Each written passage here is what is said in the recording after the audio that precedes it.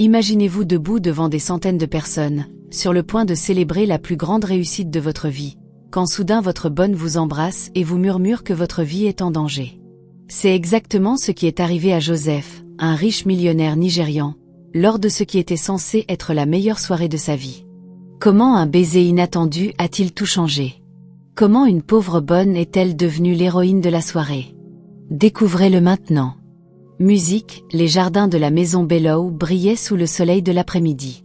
La cour en marbre était pleine de vie, avec l'odeur du riz jollof, du suya, de la soupe au poivre et du chinchin se mélangeant au parfum sucré. Des hommes et des femmes riches en vêtements élégants se promenaient en riant près des fontaines et des fleurs, tandis qu'un groupe en direct jouait une douce musique highlife. Ce n'était pas n'importe quelle fête.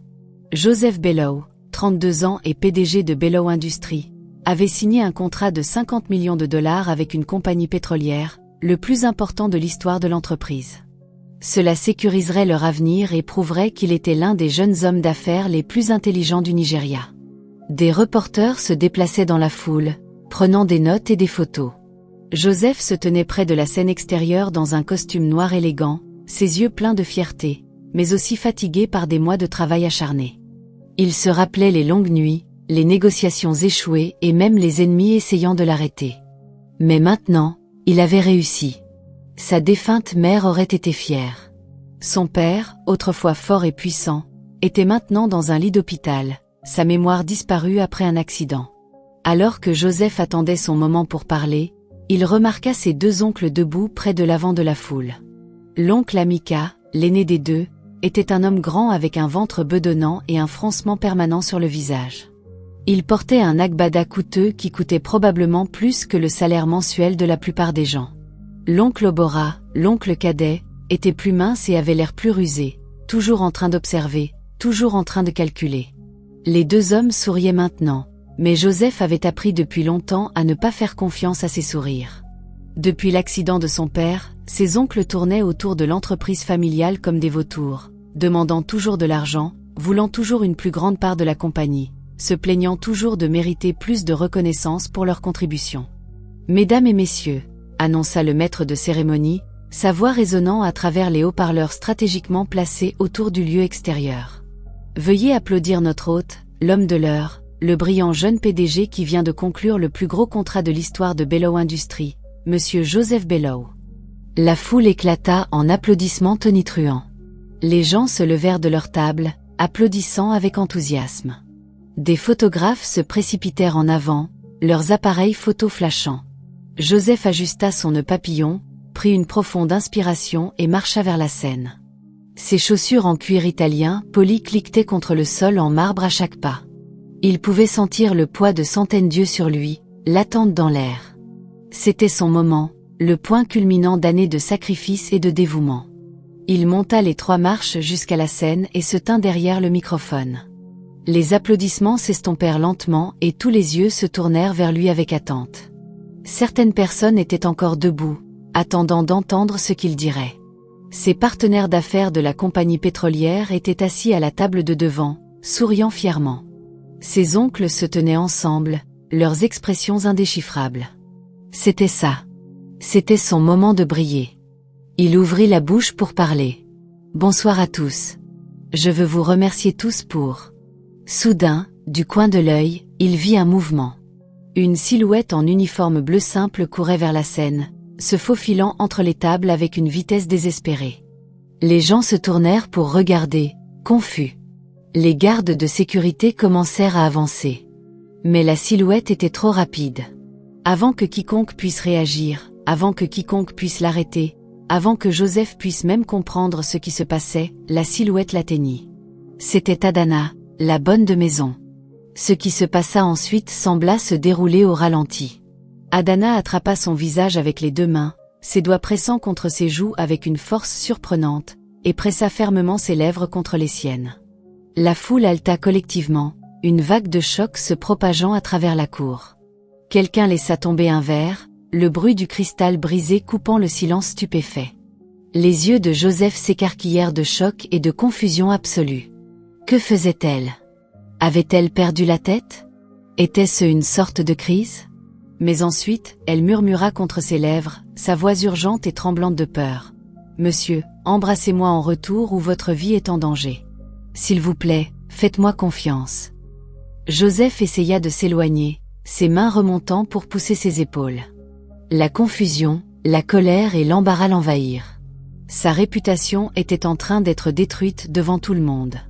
Mais la prise d'Adana se resserra, et elle murmura à nouveau, plus désespérément cette fois. « Si vous bougez d'un pouce, vous serez mort. Il y a un sniper visant votre tête en ce moment.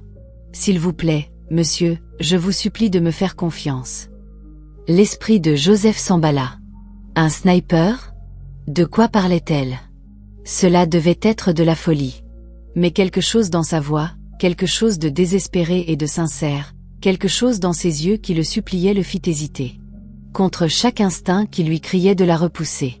Contre chaque fibre de son être qui voulait exiger des réponses, il prit une décision en une fraction de seconde. Il l'embrassa en retour. Ses mains se déplacèrent vers sa taille, et il la tira plus près, jouant le jeu de cette folie quelle qu'elle soit. La foule éclata en murmures et halètements choqués. Les photographes devinrent fous, leurs appareils photos flashant comme des éclairs. Certaines personnes se levèrent de leur table, tendant le cou pour mieux voir. D'autres couvrirent leur bouche de choc. Ses associés d'affaires échangèrent des regards déconcertés, se demandant si c'était une sorte de coup publicitaire. Ses oncles se tenaient figés, leurs bouches ouvertes en ce qui ressemblait à une surprise genuine. « Est-ce une sorte de blague ?» cria quelqu'un de la foule. « Que se passe-t-il » cria une autre voix, riant nerveusement. « A-t-il perdu la tête ?» demanda une femme bruyamment. « C'est sa bonne, n'est-ce pas ?» La fille orpheline. Adana commença lentement à reculer, embrassant toujours Joseph, le tirant avec elle vers l'entrée latérale de la maison. Ses mouvements étaient délibérés, mais paraissaient naturels, comme s'ils étaient simplement emportés par la passion. Il la suivit, son cœur battant si fort qu'il pensait qu'il pourrait éclater de sa poitrine. Ses mains restèrent sur sa taille tandis qu'ils se déplaçaient ensemble à travers la scène et descendaient les marches. Pas à pas, ils s'éloignèrent du microphone, loin de la foule confuse et scandalisée, loin du danger qu'elle prétendait guetter quelque part dans l'obscurité. Les gardes de sécurité se regardèrent les uns les autres, incertains s'ils devaient intervenir. Leur patron était-il en danger, ou était-ce un moment privé qu'ils ne devaient pas interrompre? Ils hésitèrent, et dans cette hésitation, Joseph et Adana atteignirent la porte. Finalement, ils arrivèrent à la lourde porte en bois qui menait à l'intérieur de la maison. Adana la poussa d'une main tout en tenant Joseph près d'elle de l'autre, et ils trébuchèrent à l'intérieur. Elle claqua la porte derrière eux et la verrouilla immédiatement. Dehors, les invités restèrent en silence stupéfait absolu pendant un long moment. Puis, comme une digue se brisant, les murmures commencèrent. Ils commencèrent doucement, mais devinrent rapidement plus forts, plus animés, plus cruels. « Avez-vous tous vu ça? Je n'arrive pas à croire ce qui vient de se passer. C'était sa bonne, n'est-ce pas? La fille qui vit dans sa maison. Comme c'est absolument honteux. Devant tout le monde. J'ai toujours su qu'il y avait quelque chose de suspect dans cette maison. Un homme de son statut, de son éducation, de sa richesse avec une bonne ordinaire. Comment a-t-il pu tomber si bas? Son pauvre père doit se retourner dans sa tombe. Oh, attendez. Il n'est pas encore mort. Il a juste perdu l'esprit. Peut-être que c'est pire. Pas étonnant qu'il ne se soit jamais marié. Il a été occupé avec l'aide domestique. Que penseront les partenaires d'affaires? C'est si peu professionnel. J'ai entendu qu'elle est orpheline. Probablement en train d'essayer de le piéger pour son argent. Les blagues et les commentaires durs coulaient librement. Certaines personnes riaient cruellement. D'autres secouaient la tête en ce qu'ils prétendaient être de la déception, mais qui était vraiment juste du commérage à vide. Quelques invités sortirent même leur téléphone et commencèrent à enregistrer des vidéos ou à prendre des photos, planifiant déjà comment ils partageraient cette nouvelle scandaleuse sur les réseaux sociaux. Les journalistes d'affaires griffonnaient frénétiquement dans leurs carnets, crafting déjà des titres dans leurs esprits. La réputation de Joseph, si soigneusement construite, s'effritait en poussière dehors de cette porte verrouillée. Mais à l'intérieur de la pièce, une scène complètement différente se déroulait. Au moment où la porte se ferma et se verrouilla, Joseph attrapa Adana par les épaules et la repoussa physiquement loin de lui. Son visage était tordu de fureur, ses mains tremblant de rage à peine contrôlée. Ses cheveux parfaitement coiffés étaient devenus ébouriffés, son nœud papillon était de travers, et ses yeux brillaient d'une colère qu'Adana n'avait jamais vue auparavant. « Qu'avez-vous fait ?» rugit-il, sa voix résonnant contre les murs de la pièce. « Avez-vous la moindre idée de ce que vous venez de faire ? Comprenez-vous ce qui vient de se passer là-dehors ?» Adana trébucha en arrière, ses yeux déjà remplis de larmes. Elle ouvrit la bouche pour parler, mais aucun mot ne sortit au début. Joseph avança vers elle, ses poings serrés sur les côtés, tout son corps tremblant d'émotion. « Répondez-moi » cria-t-il. « Ma réputation, mes relations d'affaires, ma crédibilité, tout ce pour quoi j'ai travaillé toute ma vie. Vous venez de tout détruire devant des centaines de personnes. » Les journalistes étaient là, les caméras tournaient. Demain matin, cela sera partout dans les nouvelles, partout sur les réseaux sociaux. Mes partenaires d'affaires questionneront mon jugement. Mes concurrents utiliseront cela contre moi. Tout est ruiné. Monsieur, s'il vous plaît. Adana trouva enfin sa voix, levant les mains défensivement, les larmes coulant sur son visage. Si je n'avais pas fait ce que j'ai fait, vous seriez mort en ce moment. Mort ? Comprenez-vous ? Vous ne seriez pas debout ici à me crier dessus parce que vous seriez allongé dans une mare de votre propre sang. Joseph s'arrêta, sa colère momentanément interrompue par la confusion. De quoi parlez-vous ? Quel genre d'excuses est-ce ? Je les ai entendues, monsieur, dit Adana, sa voix tremblant si fort qu'elle pouvait à peine sortir les mots. J'ai entendu l'oncle Emma au téléphone. C'était il y a environ 1 heure. J'étais dans la maison en train de préparer des rafraîchissements supplémentaires pour les invités. Quand je suis passé devant l'ancien bureau de votre père, la porte était légèrement ouverte et j'ai entendu la voix de l'oncle M. Il parlait en igbo, pensant probablement que personne ne comprendrait ou ne s'en soucierait. Mais monsieur, j'ai compris chaque mot. Elle prit une respiration tremblante et continua. Il a dit, une fois qu'il finit son discours et porte le toast, tirez. Assurez-vous qu'il ne survive pas. Nous ne pouvons pas laisser ce contrat se conclure. Une fois qu'il est parti, nous contesterons le testament et prendrons le contrôle de tout. Monsieur, il prévoyait de vous faire assassiner là sur cette scène. Joseph la regarda fixement, son visage devenant pâle. Oncle, vous mentez. Vous avez du mal à entendre. Vous inventez cela parce que je ne mens pas, monsieur. Adana cria désespérément. Je le jure sur tout ce qui m'est cher, sur le souvenir de la gentillesse de votre père envers moi, sur ma propre vie. Il prévoyait de vous tuer. Il y a un sniper positionné quelque part dehors. La fonction est en extérieur, monsieur. Vous étiez debout là sur cette scène élevée, exposée, illuminée par toutes ces lumières. Vous étiez une cible parfaite. Une balle dans la tête et vous auriez disparu avant que quiconque comprenne ce qui s'était passé. Elle tomba à genoux, sanglotant maintenant. J'ai paniqué. Je ne savais pas quoi faire. Je ne pouvais pas juste dire à la sécurité parce que, et s'ils étaient impliqués ? Et si vos oncles les avaient payés ? Je ne pouvais pas appeler la police parce que le temps qu'ils arrivent, vous seriez déjà mort. J'avais seulement des secondes pour réfléchir, et la seule chose à laquelle j'ai pu penser était de vous faire quitter cette scène et vous éloigner de la ligne de mire du sniper. Je savais que je ruinerais votre réputation. Je savais que tout le monde me jugerait. Je savais que vous me haïriez. Mais monsieur, je préfère vous avoir vivant et me haïssant que mort et parti pour toujours. Joseph se tenait là figé, son esprit luttant désespérément pour traiter ce qu'elle disait. Son oncle, son propre sang, prévoyant de le tuer. Cela semblait impossible, absolument impensable. Et pourtant, il pensa à la façon dont ses oncles avaient agi récemment. La façon dont il l'avait pressé de signer des portions de l'entreprise. La façon dont l'oncle Amécha avait insisté pour être impliqué dans les arrangements de sécurité pour l'événement de ce soir. La façon dont ils avaient tous les deux semblé étrangement enthousiastes à propos de cette célébration, presque trop enthousiastes. « Pourquoi devrais-je vous croire ?» demanda-t-il, mais sa voix avait perdu son tranchant. Le doute s'insinuait. « Parce que je n'ai absolument aucune raison de mentir, » dit Adana, le regardant avec des yeux gonflés et remplis de larmes. J'ai risqué tout en faisant ce que j'ai fait.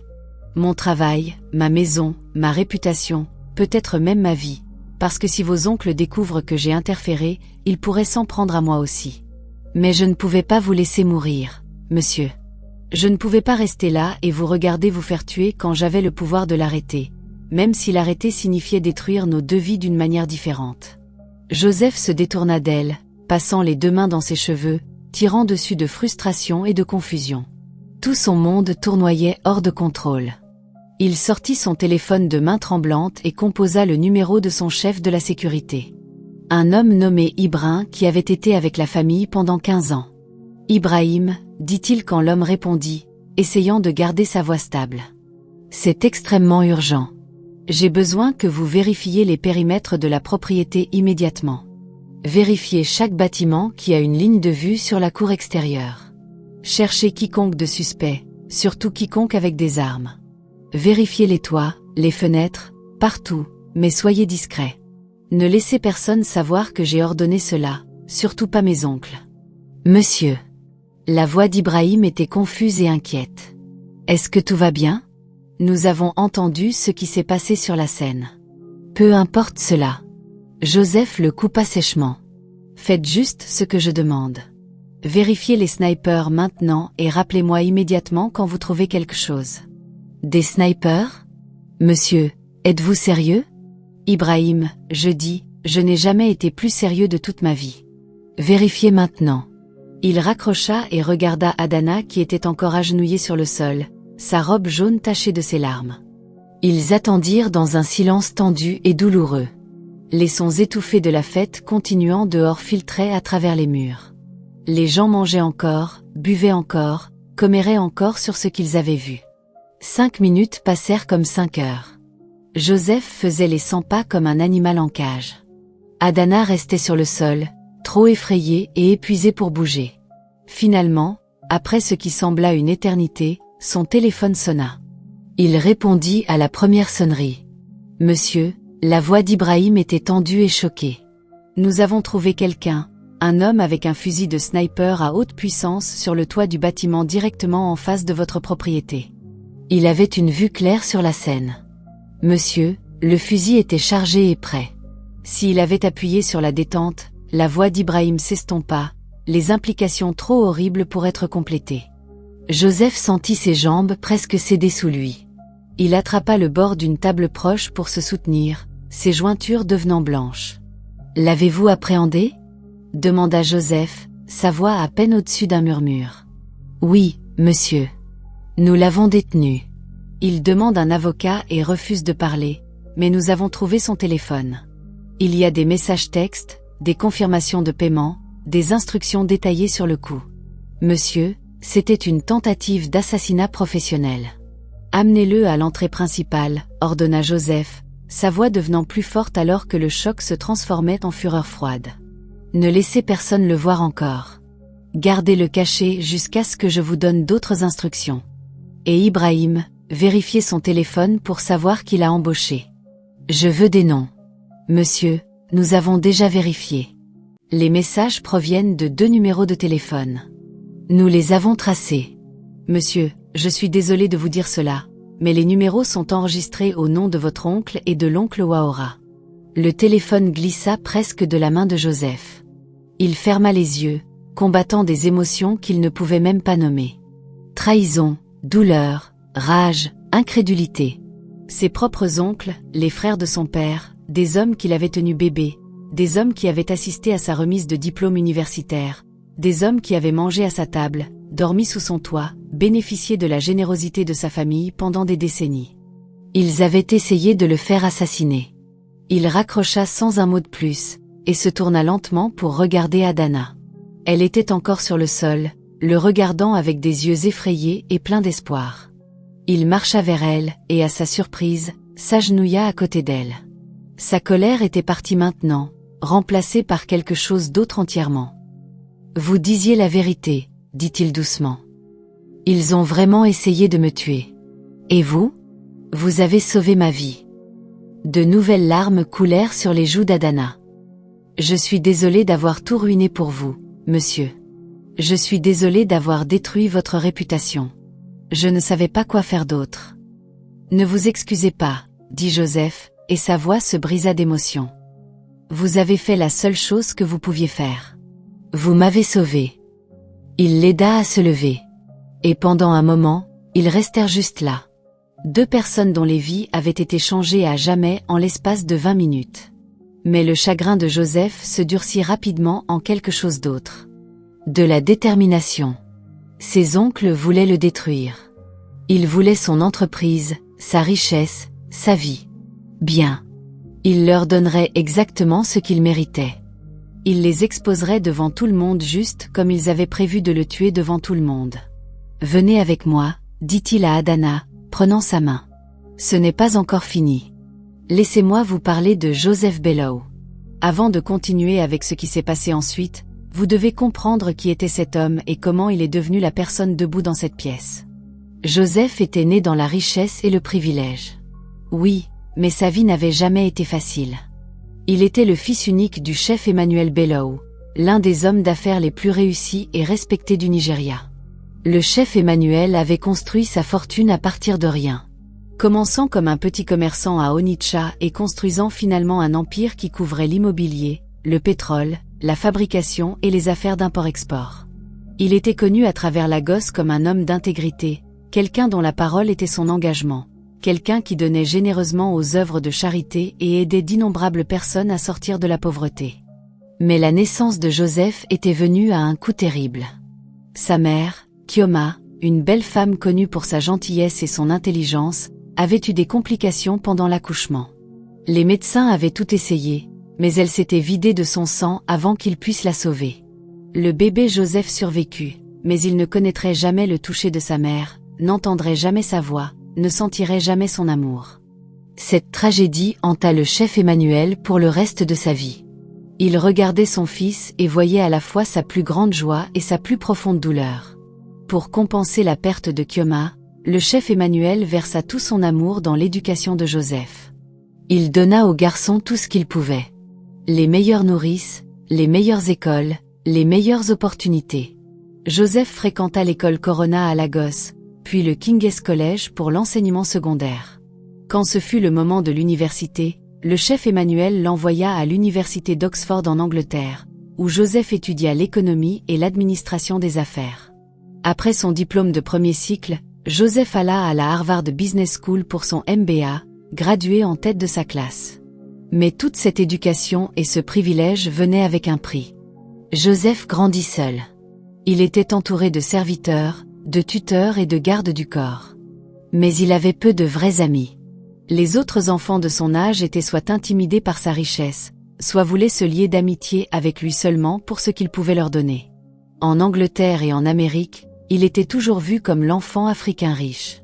Jamais pleinement accepté, jamais vraiment appartenant. Il apprit à être distant, à protéger son cœur, à ne faire confiance à personne complètement.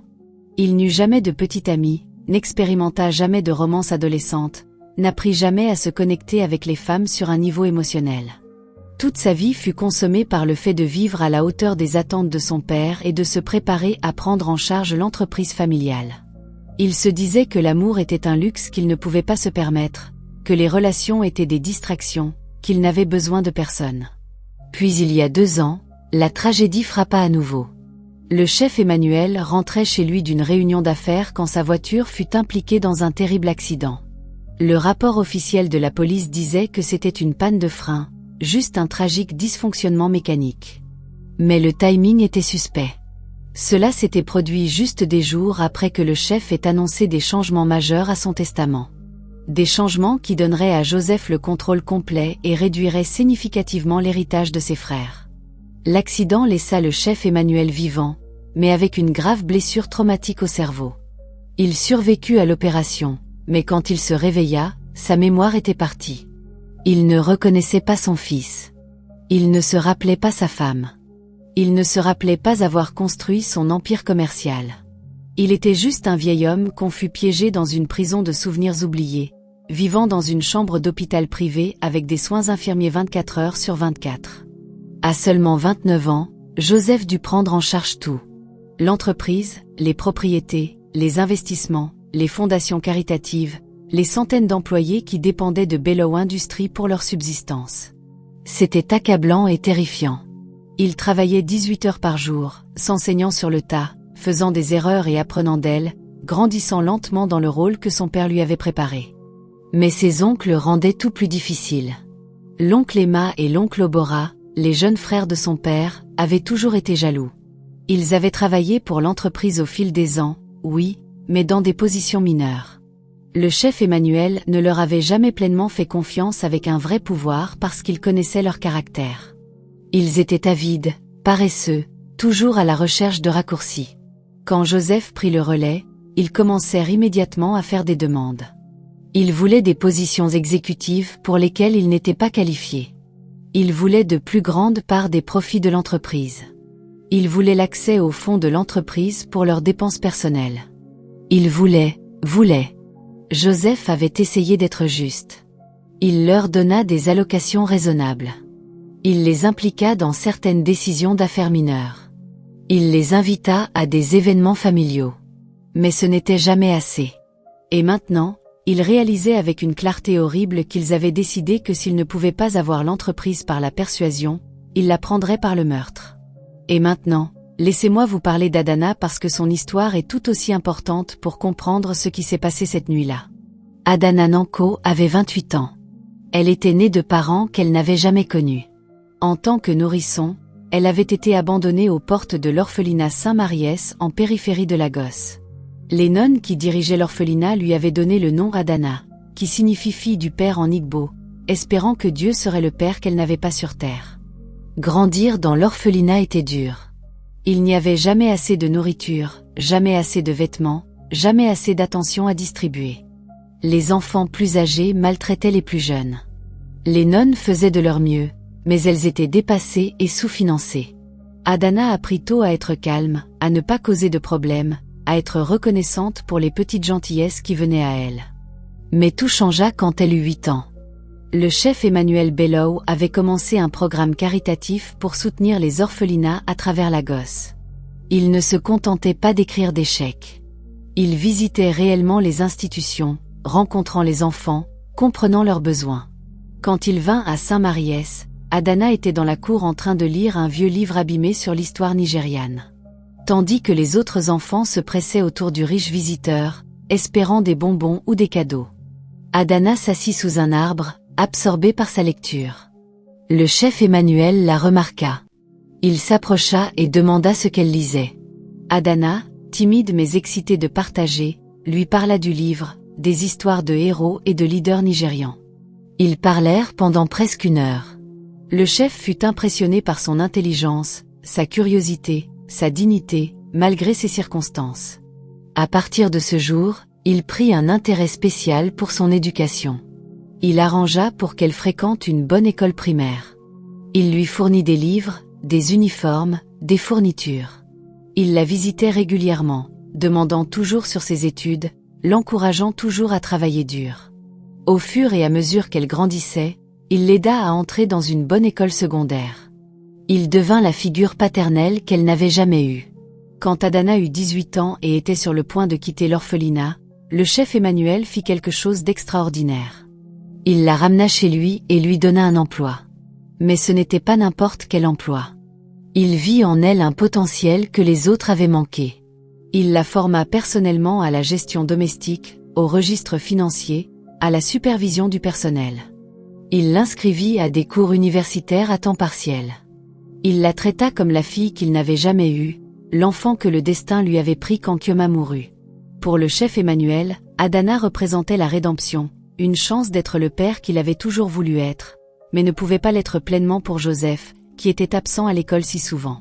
Pour Adana, le chef Emmanuel était le miracle pour lequel elle avait prié toute sa vie, une famille. Mais Joseph, quand il rentrait pendant les pauses, ne le voyait pas de cette façon. Il voyait une étrangère recevant ce qui aurait dû être à lui, le temps de son père, l'attention de son père, l'amour de son père. Il était poli, mais froid envers Adana. Il ne lui parlait jamais sauf si absolument nécessaire. Il rendait clair par ses actions qu'elle était du personnel, rien de plus, certainement pas de la famille. Adana acceptait ce traitement sans se plaindre. Elle comprenait que Joseph se sentait menacé par sa présence. Elle n'essaya jamais de se mettre entre père et fils. Elle faisait simplement son travail calmement et restait hors du chemin de Joseph chaque fois qu'il était à la maison. Mais ensuite, le chef Emmanuel eut son accident et tout changea. Joseph rentra définitivement pour diriger l'entreprise. Soudain, Adana et Joseph vivaient sous le même toit constamment. La maison semblait différente sans la présence chaleureuse du chef. Elle semblait froide, vide, triste. Adana continua ses devoirs en gérant le ménage. Elle supervisait le cuisinier, les jardiniers, le personnel de sécurité. Elle gérait les dépenses domestiques et s'assurait que tout se déroulait sans accroc. Elle visitait le chef Emmanuel à l'hôpital régulièrement, lui lisant, lui parlant, espérant qu'une partie de lui pouvait encore entendre et comprendre. Et lentement, sans le vouloir, sans le désirer, Adana commença à remarquer des choses sur Joseph. Elle vit à quel point il travaillait dur, rentrant souvent après minuit, son visage marqué par l'épuisement. Elle le vit sauter des repas parce qu'il était trop occupé. Elle le vit s'asseoir seul dans le bureau de son père, tenant sa tête dans ses mains, portant le poids d'un empire sur ses épaules. Elle commença à lui laisser le dîner quand il travaillait tard, juste une assiette couverte sur la table à manger avec une note disant qu'elle pouvait être réchauffée. Elle s'assurait que son mélange de café préféré était toujours en stock. Quand elle remarqua qu'il développait des maux de tête dus au stress, elle plaça discrètement des antidouleurs et de l'eau sur son bureau. C'étaient de petits gestes, des choses qu'elle se disait être juste une partie de son travail. Mais au fond, elle savait que c'était plus que ça. Elle commençait à se soucier de lui. Et avec le temps, ce souci grandit en quelque chose de plus profond, quelque chose qu'elle n'osait pas nommer. Elle tomba amoureuse d'un homme qui remarquait à peine son existence. Un homme si loin au-dessus de sa condition que l'aimer était à la fois inutile et douloureux. Alors elle enterra ses sentiments profondément et continua son travail, n'attendant rien, n'espérant rien, contente de l'aimer de loin, de servir son ménage et d'honorer la mémoire de l'homme qui avait sauvé sa vie toutes ces années auparavant. Jusqu'à ce soir, quand elle surprit l'appel téléphonique de l'oncle M et réalisa que l'homme qu'elle aimait était sur le point de mourir. À ce moment, rien d'autre n'importait. Pas son travail, pas sa réputation, pas sa dignité, pas même sa sécurité. Elle devait le sauver quel qu'en soit le coût. De retour au moment présent, Joseph se tenait dans la pièce, regardant Adana avec une nouvelle compréhension. « Venez avec moi », dit-il à nouveau, sa voix ferme mais pas méchante. « Nous retournons dehors. » « Monsieur », Adana semblait terrifiée. « Je ne peux pas affronter ces gens à nouveau. Ils me haïssent déjà. Ils ne comprennent pas ce qui s'est vraiment passé, » dit Joseph. « Mais ils sont sur le point d'apprendre la vérité. Toute la vérité. » Il prit sa main et ensemble ils marchèrent à travers la maison vers la cour extérieure. Alors qu'ils approchaient de la porte, ils pouvaient entendre que la fête avait repris, bien que l'énergie soit différente maintenant. Les rires semblaient forcés. Les conversations étaient étouffées et commères. Tout le monde parlait de ce qu'ils avaient vu. Joseph poussa la porte et sortit dans la cour, tenant toujours la main d'Adana. La foule tomba immédiatement silencieuse. Tous les yeux se tournèrent vers eux. Les gens s'arrêtèrent au milieu de leurs phrases, les fourchettes figées à mi-chemin vers la bouche, les boissons suspendues en l'air. Joseph marcha à travers la foule avec Adana à ses côtés, se dirigeant droit vers la scène. Les gens s'écartèrent, créant un chemin, regardant avec une curiosité et un jugement non dissimulé. Joseph pouvait voir les sourires moqueurs, les sourcils levés, les froncements désapprobateurs. Il ignora tout cela. Il remonta sur la scène et tira Adana avec lui. Elle gardait la tête baissée, trop honteuse pour regarder quiconque. Joseph prit le microphone, le tapa 2 fois pour s'assurer qu'il était encore allumé, et s'adressa à la foule. « Mesdames et messieurs », commença-t-il, sa voix coupant le silence comme un couteau. « Je m'excuse pour l'interruption inattendue et choquante plus tôt ce soir. Je suis sûr que vous êtes tous confus et déçus. Certains d'entre vous sont probablement dégoûtés. Certains d'entre vous ont déjà décidé que je suis une honte. Je ne vous blâme pas. De votre perspective, ce que vous avez vu était inexcusable. » Il fit une pause, laissant ses mots s'imprégner. La foule le regarda, incertaine de la direction que cela prenait. « Mais vous n'avez pas toute l'histoire, » continua Joseph. « Et avant que cette nuit se termine, avant que quiconque d'entre vous parte d'ici et répande vos versions de ce qui s'est passé, je veux que vous connaissiez la vérité. » Il fit un geste vers Adana, qui tremblait à ses côtés. « Le nom de cette femme est Adana. Elle a travaillé dans mon ménage pendant 10 ans. Elle a été élevée dans un orphelinat que mon père finançait. Quand elle n'avait nulle part où aller, mon père l'a amenée dans notre maison et l'a formée. Il lui faisait confiance pour tout. Et ce soir, elle a sauvé ma vie. Des murmures se propagèrent à travers la foule. Les gens échangèrent des regards confus. Il y a environ 1 heure, expliqua Joseph, Adana a surpris une conversation téléphonique. Quelqu'un dans ma propre famille, quelqu'un en qui j'avais confiance, arrangeait pour me faire assassiner ce soir, ici même, sur cette scène. Il y avait un sniper positionné dans le bâtiment en face avec des ordres de me tirer dessus au moment où je finissais mon discours. La foule éclata en halètements et exclamations choquées. Certaines personnes se levèrent, d'autres couvrirent leur bouche d'horreur. Adana n'avait que des secondes pour réagir, continua Joseph, sa voix devenant plus forte. Elle ne pouvait pas appeler à l'aide sans alerter les conspirateurs. Elle ne pouvait pas dire à la sécurité parce qu'elle ne savait pas qui pouvait être de confiance. Elle devait me faire quitter cette scène hors de la ligne de mire du sniper immédiatement.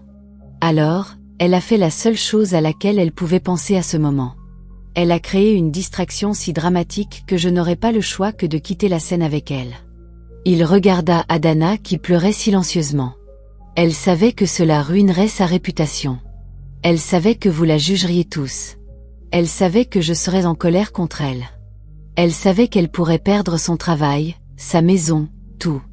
Mais elle l'a fait quand même parce qu'elle valorisait ma vie plus que sa propre dignité. L'humeur dans la foule changeait maintenant. Certaines personnes semblaient honteuses de leur commérage précédent. D'autres semblaient inquiètes, même effrayées. Mon équipe de sécurité a confirmé son histoire, annonça Joseph. Ils ont trouvé le sniper. Ils l'ont appréhendé. Ils ont des preuves de qui l'a embauché. Il regarda directement l'oncle Emesha, qui se tenait près de l'avant, son visage un mélange de confusion et de colère à peine cachée. « Oncle, » dit Joseph, sa voix froide. « Veuillez me rejoindre sur scène. » L'oncle hésita, ses yeux dartant nerveusement autour, mais il n'avait pas le choix. Refuser semblerait suspect. Il plaqua un faux sourire et marcha jusqu'à la scène, écartant les bras comme s'il s'attendait à une étreinte. « Mon cher neveu, » dit-il bruyamment. « Quelle merveilleuse célébration. Bien que je doive dire que cette démonstration plus tôt était assez. »« Taisez-vous » coupa Joseph sèchement. Le sourire disparut du visage de l'oncle Emesha. « Excusez-moi » Je dis, « Taisez-vous » répéta Joseph. Il se tourna pour s'adresser à la foule. Ce soir était censé être une célébration de succès, de famille, de réussite. Mais au lieu de cela, je suis ici pour exposer un traître.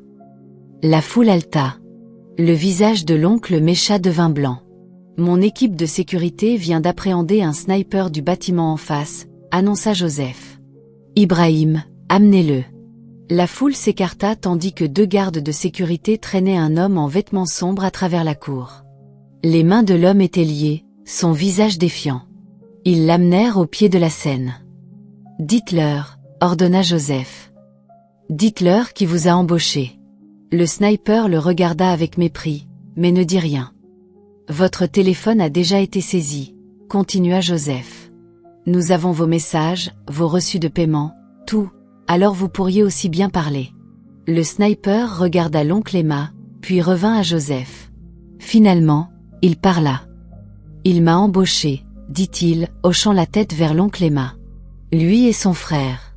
Ils m'ont payé 5 millions de Naira pour vous éliminer une fois que vous auriez fini votre discours. » La foule explosa de choc et d'indignation. L'oncle Emma essaya de s'enfuir, mais les gardes de sécurité l'entourèrent immédiatement. Son frère, l'oncle Obiora, essaya de se faufiler à travers la foule, mais fut aussi attrapé. « Pourquoi » cria Joseph à ses oncles, sa composure se brisant finalement. « Pourquoi feriez-vous cela ? Je suis le fils de votre frère. Votre propre sang ?» Le visage de l'oncle Emesha se tordit de rage et d'amertume. « Sang » cracha-t-il. « Vous parlez de sang. Votre père nous a tout donné à vous. Tout. Nous étions ses frères, mais il nous traitait comme des mendiants. Toujours à contrôler l'argent. Toujours à décider ce que nous pouvions ou ne pouvions pas faire. Et puis vous êtes revenu de vos écoles chics à l'étranger et avez agi juste comme lui. Vous pensez que vous êtes meilleur que nous.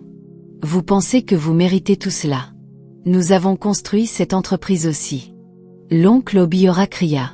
Nous avons travaillé aux côtés de votre père, mais il vous a tout donné dans son testament. Vous qui aviez à peine 30 ans. Et nous? Et nos familles? Nous méritons cet argent. Nous méritons cette entreprise. Joseph les regarda, voyant clairement pour la première fois la profondeur de leur avidité et de leur haine. Ces hommes ne l'avaient jamais aimé. Ils ne s'étaient jamais souciés de lui comme famille. Pour eux, il était juste un obstacle, quelque chose se tenant entre eux et la richesse. Emmenez-les, dit Joseph calmement aux officiers de police qui venaient d'arriver, alertés par son équipe de sécurité. Accusez-les de tentative de meurtre et de conspiration. Alors que la police emmenait ses oncles, l'oncle Émécha cria par-dessus son épaule. Vous le regretterez. Cet argent devrait être à nous. Vous ne méritez rien de tout cela. Vous n'êtes rien sans le nom de votre père. Il regarda la foule et vit Adana debout au bord, la tête baissée, les larmes coulant sur son visage. Adana, aplatait-il. Veuillez venir ici. Elle leva les yeux, terrifiée, mais marcha lentement à travers la foule. Les gens s'écartèrent pour elle et quand elle atteignit la scène, Joseph tendit la main, elle la prit et il la tira à ses côtés. Cette femme, dit-il à la foule, est la personne la plus courageuse que je connaisse, et je lui dois ma vie. La foule applaudit à nouveau, cette fois pour Adana. Elle se tenait là, submergée, ne sachant pas où regarder ou quoi faire. Quand les applaudissements s'estompèrent enfin, Joseph annonça que la fête était terminée. Les invités commencèrent à partir, encore bourdonnant de choc sur tout ce qui s'était passé. Finalement, après ce qui sembla des heures, la propriété était vide. Les traiteurs avaient nettoyé. Les musiciens avaient rangé leurs instruments, et le silence était descendu sur la grande maison. Joseph et Adana se tenaient dans le salon principal, soudain seuls après le chaos de la soirée. Joseph desserra son nœud papillon et s'assit lourdement sur l'un des canapés moelleux. Adana se tenait maladroitement près de la porte, incertaine si elle devait partir ou rester. « Asseyez-vous, » dit Joseph, tapotant l'espace à côté de lui. « S'il vous plaît ?» Elle hésita, puis marcha lentement et s'assit, gardant une distance respectueuse entre eux. Pendant un long moment, aucun d'eux ne parla. L'horloge grand-père dans le coin tic-tac bruyamment, marquant les secondes qui passaient. « Je vous dois des excuses, » dit enfin Joseph, se tournant pour la faire face. « En fait, je vous dois de nombreuses excuses. Monsieur, vous n'avez pas besoin de... » « Oui, je le dois. » Il l'interrompit gentiment. « Quand vous êtes venu dans cette maison pour la première fois, j'avais 19 ans, à la maison pour les vacances d'été.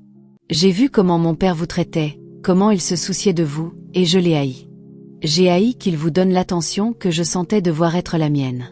Ma mère était morte, et mon père passait son temps avec une fille orpheline qu'il connaissait à peine.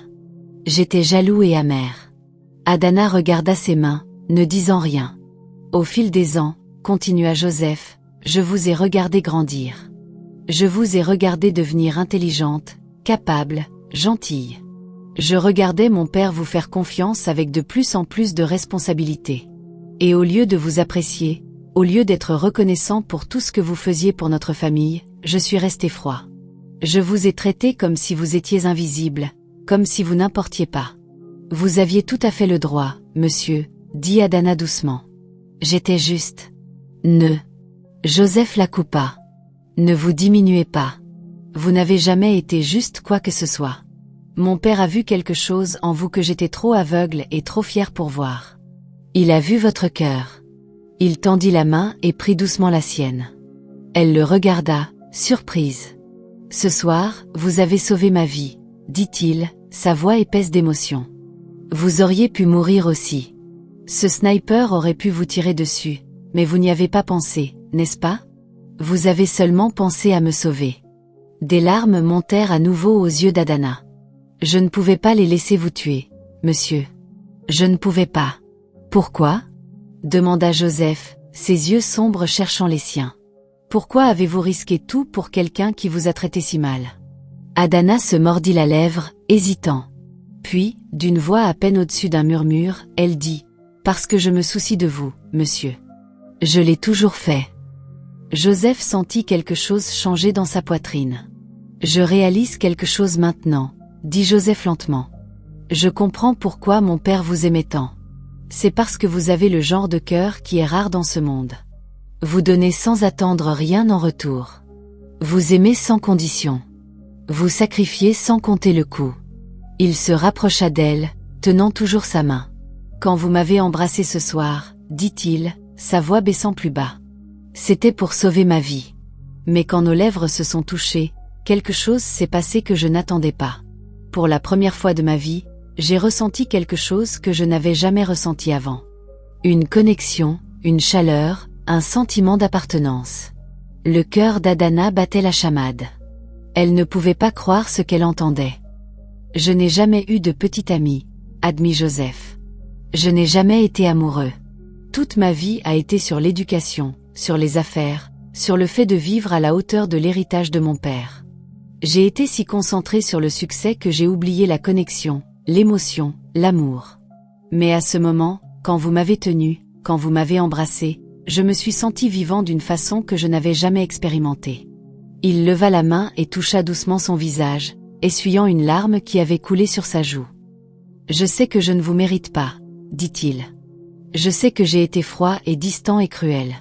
Mais si vous me donnez une chance, je veux essayer. Je veux vous connaître. Vraiment vous connaître. Je veux comprendre qui vous êtes, de quoi vous rêvez, ce qui vous rend heureuse. Je veux être le genre d'homme digne de votre amour. Adana pleurait ouvertement maintenant, incapable de retenir ses émotions. Monsieur, mon nom est Joseph, l'interrompit-il avec un petit sourire. S'il vous plaît, appelez-moi Joseph. Joseph, murmura-t-elle, testant son nom sur ses lèvres. Il sourit plus largement. C'est mieux. Ils restèrent assis là un moment, se regardant juste l'un l'autre. Des années de distance et de malentendus fondant entre eux. Il hésita puis demanda. Adana, puis-je vous embrasser à nouveau? Pas parce que nous sommes en danger, pas comme un acte, mais parce que je le veux, avec votre permission.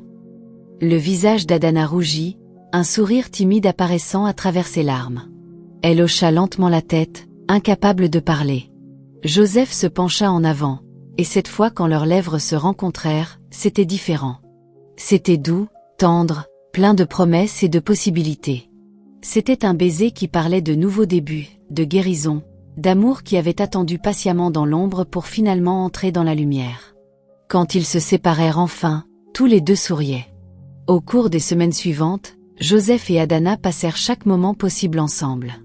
Ils faisaient des promenades le soir autour des jardins de la propriété. Ils dînaient ensemble, juste tous les deux, parlant et riant jusqu'à tard dans la nuit. Un soir, exactement 6 semaines après la fête dramatique, Joseph emmena Adana sur le balcon qui surplombait la ville de Lagos. Les lumières de la métropole scintillaient en dessous comme des étoiles tombées. Il tenait sa main et se tourna pour la faire face. « Adana, dit-il, sa voix sérieuse mais chaleureuse. Ces dernières semaines avec vous ont été les plus heureuses de ma vie.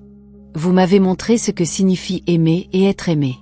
Vous m'avez enseigné que la vraie valeur n'est pas mesurée en argent ou en succès, mais en la qualité de nos cœurs et la profondeur de nos connexions. » Il fouilla dans sa poche et sortit une petite boîte en velours. Adana halta, sa main volant à sa bouche. « Je sais que nous ne nous connaissons pas depuis longtemps. »« Pas vraiment, » continua Joseph, ouvrant la boîte pour révéler une bague en diamant simple mais élégante. « Mais je sais aussi que je vous ai attendu toute ma vie. Je ne l'ai juste pas réalisé jusqu'à ce que vous m'embrassiez et me sauviez de plus d'une façon. » Il s'agenouilla et Adana commença à pleurer à nouveau, des larmes heureuses coulant sur son visage. « Adana Nanko, dit-il, voulez-vous m'épouser? Voulez-vous être ma partenaire, mon ami, mon amour pour le reste de nos vies? » À travers ses larmes, Adana hocha vigoureusement la tête. « Oui, murmura-t-elle. Oui, Joseph, je le veux. » Il glissa la bague à son doigt et se leva, la tirant dans ses bras. Ils s'embrassèrent sous les étoiles, tous les deux sentant qu'ils avaient enfin trouvé un foyer. « Donc, à mon incroyable public, qu'avez-vous appris de cette histoire? Avez-vous déjà mal jugé quelqu'un pour découvrir sa vraie valeur plus tard? Croyez-vous que l'amour peut vraiment transformer les gens? Partagez vos pensées dans les commentaires ci-dessous. J'aimerais entendre votre perspective sur le voyage de Joseph et Adana. Si cette histoire a touché votre cœur, veuillez lui donner un pouce en l'air pour que je sache qu'elle a résonné avec vous. Et n'oubliez pas de vous abonner à ma chaîne pour ne pas manquer les futures histoires sur l'amour, le courage et les façons inattendues dont nos vies peuvent changer. Merci beaucoup d'avoir regardé et je vous verrai dans ma prochaine.